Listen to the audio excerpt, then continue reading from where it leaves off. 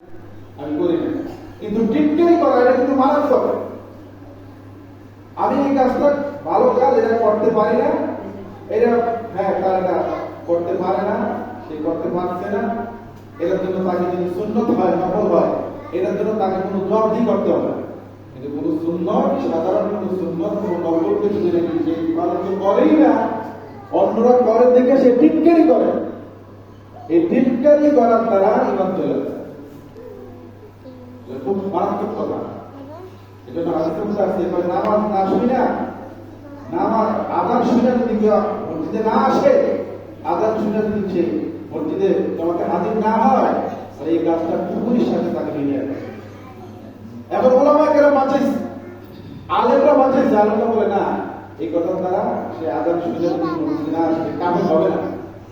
আলেমরা ব্যাখ্যা করে এটা পাবলিককে গুনাহ থেকে বাঁচাইতেছে, আলেমরা বাঁচাইতেছে। আর আমরা আলেমকে গালি দিই, সমালোচনা করে, ইত্যাদি করে, বিভিন্নভাবে তাকে উত্তপ্ত করে, বিভিন্নভাবে তাকে উত্তেজিত করে। আর আলেমরা আপনাকে বাঁচাইতেছে।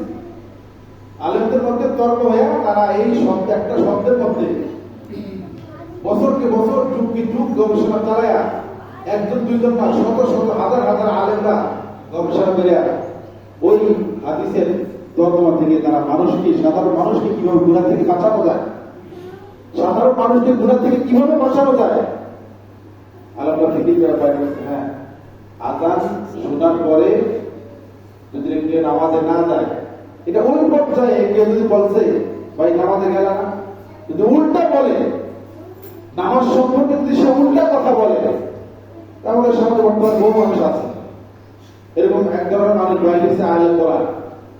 আপনারা তো এগুলো সম্বন্ধে জানেন না, আমাদের একটু ঘাটাঘাটি আছে। আর একটু আপনার এরা বলতেছে 5 ওয়াক্ত নামাজের কি কোরআনে আছে, কিন্তু আসলে 5 ওয়াক্ত নামাজের কথা কোরআনে আছে, এটা আকারে ইঙ্গিতে আছে, আকারে ইঙ্গিতে আছে। কোরআনে ডাইরেক্ট না থাকুক, হাদিসের মধ্যে স্পষ্ট আছে, নবীজি আমল করছে, সাহাবারা করছে, সাহাবাদেরকে যে আমল করাইছে, এমনকি নামাজ পড়ছে, নামাজটা জামাতে পড়ে না, এর জন্য নবীজি তাকে ধমক দিচ্ছে। নামাজ আদায় করছে,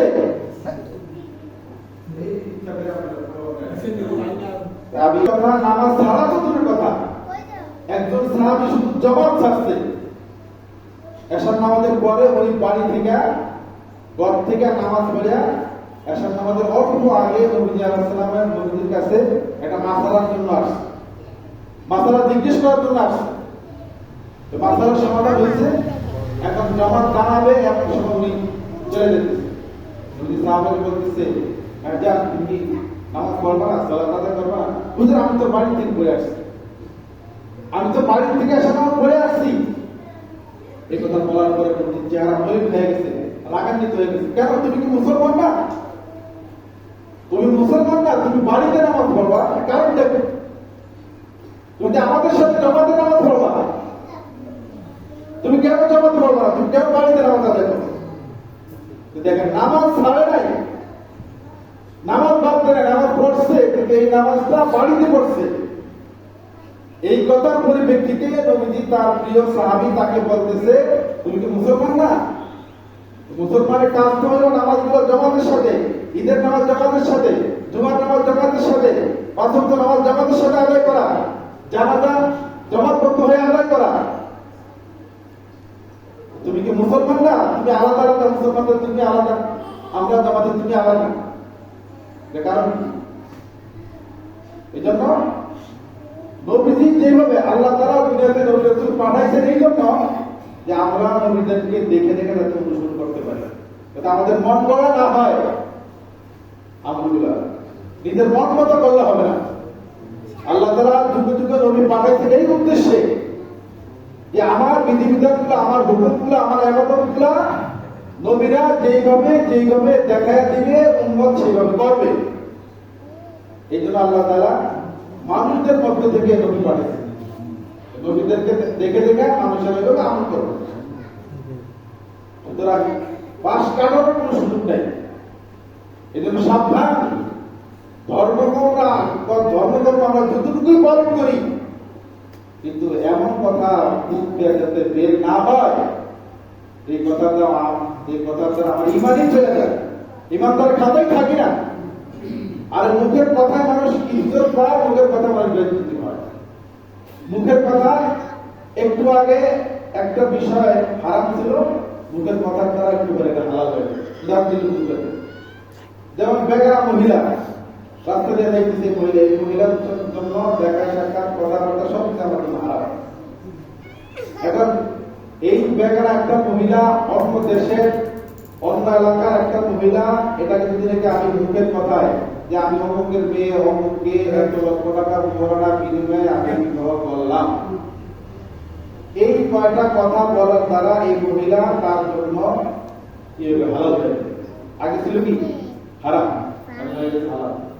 আমার এই মহিলাকে যদি রাগের মাথায় উত্তেজিত হইয়া অথবা যে কোনো কারণ কর্মে চলায় কোনোভাবে যদি রেখে আবার 3টা কথা বলে দেয়, ওই মহিলাটার কাজ কি খারাপ হবে। এবার দেখেন, ইমানদার আর কাফের বিবেচনা করেন। কেউ যদি লা ইলাহা ইল্লাল্লাহ না বলে সে ইমানদারের খাতায় ঢুকতে পারে না।